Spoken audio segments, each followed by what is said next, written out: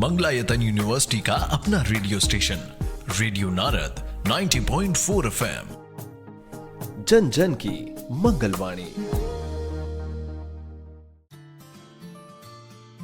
नमस्कार दोस्तों, आप सुन रहे हैं आपका अपना सामुदायिक radio station radio Narad 90.4 FM और मैं हूँ आपकी सबसे फेवरेट आरजे सोमी और मेरे साथ है मेरी साथी आरजे शुभा और शायद आप इन्हें भी पसंद करते ही होंगे। हाँ, बिल्कुल। शायद का क्या मतलब है आरजे सोमी? मुझे तो पूरा विश्वास है कि मुझे तो हमारे श्रोता बहुत पसंद करते हैं, क्योंकि हम अपने श्रोताओं को कभी निराश नहीं करते और समय समय पर हम उन्हें महत्वपूर्ण जानकारियों से रूबरू करवाते हैं। अच्छा आरजे सोमी, तुम्हें पता है आज के दिन में क्या खास है? हाँ, बिल्कुल आरजे शुभा। तुम्हें नहीं पता है कि आज का दिन बेहद खास है, क्योंकि आज है अंतर्राष्ट्रीय संगीत दिवस। हाँ दोस्तों, आप सभी को अंतर्राष्ट्रीय संगीत दिवस की बहुत बहुत शुभकामनाएं। ये दिन हमें याद दिलाता है कि संगीत केवल मनोरंजन नहीं, बल्कि शांति, भाईचारा और एकता का सबसे सुंदर जरिया है। बिल्कुल सही कहा आरजे सोमी। आज का हमारा एपिसोड हमारे म्यूजिक लवर्स के नाम होगा। सच में संगीत ही वो भाषा है जिसे समझने के लिए किसी डिक्शनरी की जरूरत नहीं पड़ती। यह दिल से निकलता है और सीधे दिल तक पहुंचता है। और अगर हम यह सोचे हमारी जिंदगी से संगीत गायब हो जाए तो कैसा लगेगा? न त्योहारों का रंग रहेगा, न जश्न की रौनक, न ही दिल की धड़कनों में वह ताल होगा। जीवन एकदम सूना सूना बन जाएगा।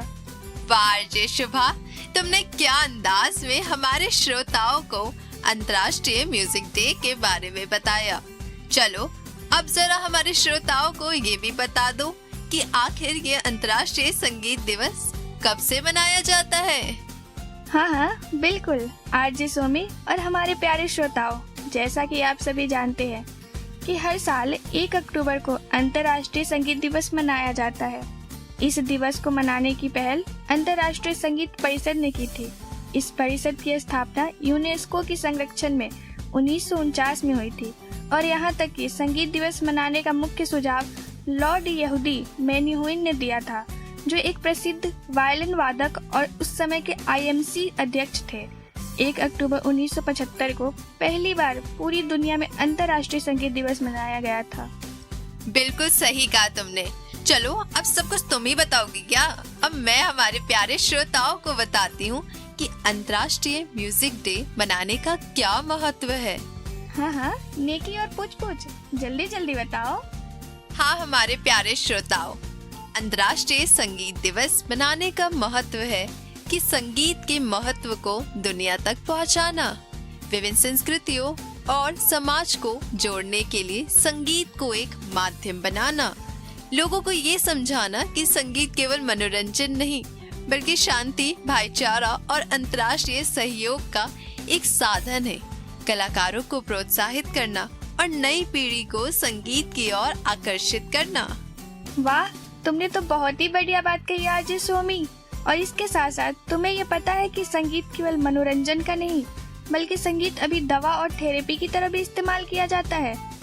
दोस्तों, आपने जरूर महसूस किया होगा कि कोई संगीत सुनते ही मन में खुश हो जाता है, तो कभी कोई धुन आंखें नम कर देती है। और पता है हमारे प्यारे श्रोताओं, ऐसा किस वजह से होता है?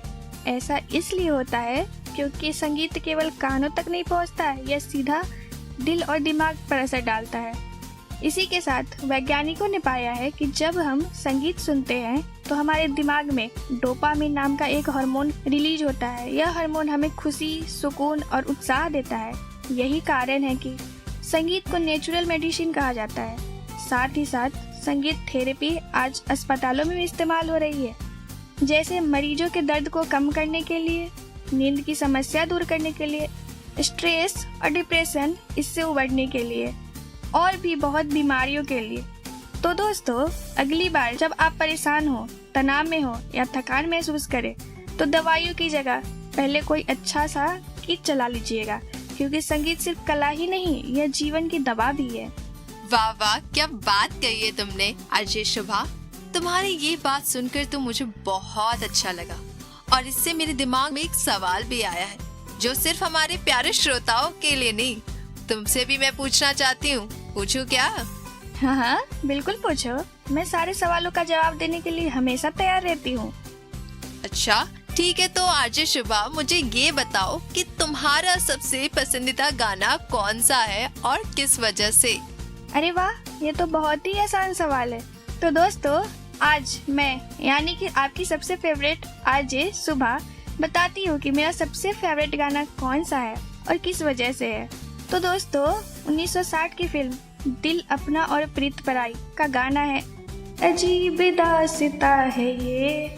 यह मेरा सबसे पसंदीदा गाना है जो मेरे मन और मेरी तबीयत एकदम ठीक कर देती है। पता है दोस्तों, इस गीत को खास बनाता है लता जी की जादुई आवाज, वह आवाज जो सीधा दिल तक पहुंचती है और लोगों को अपनी ही कहानी याद दिला देती है। इस गाने पे दर्द भी है, मिठास भी है और एक अजीब सा सुकून देने वाला मासूमियत भी। तो दोस्तों, अगर कभी भी आपका मन बेचैन हो, थकान हो या अकेलापन महसूस हो तो लता जी का कोई भी गीत लगा लीजिएगा, क्योंकि उनकी आवाज सिर्फ संगीत नहीं बल्कि एक दवा है जो सीधे दिल को राहत देती है ना श्रोताओ? मैं सही कह रही हूँ ना? अरे वाह आरजे शुभा, ये बात बिल्कुल सही कही तुमने कि लता मंगेशकर जी के हर गाने में एक अलग ही खुशी और सुकून है और 90s के वक्त के गानों में एक अलग सा ही सुकून महसूस होता है ना दोस्तों? और अगर आप भी 90s के दौर में बड़े हुए तो यकीनन वे गाने आज भी आपके दिल में बसे होगी। 90s का संगीत सिर्फ धुनों का नहीं बल्कि जज्बातों और प्रेम से भरपूर था। उसमें सुर और शब्दों की मिठास इतनी होती थी कि सुनने वाले घंटों तक वही गाना रिपीट करते रहते थे। वे गाने हर किसी की जिंदगी से जुड़े लगते थे।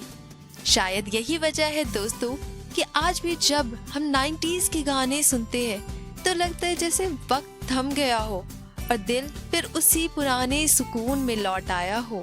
साथ ही साथ 90s के वक्त के संगीतकारों का भी अलग ही अंदाज था, जैसे हमारी लता मंगेशकर जी, उदित नारायण, कुमार सानू और पप्पी लहरी जी।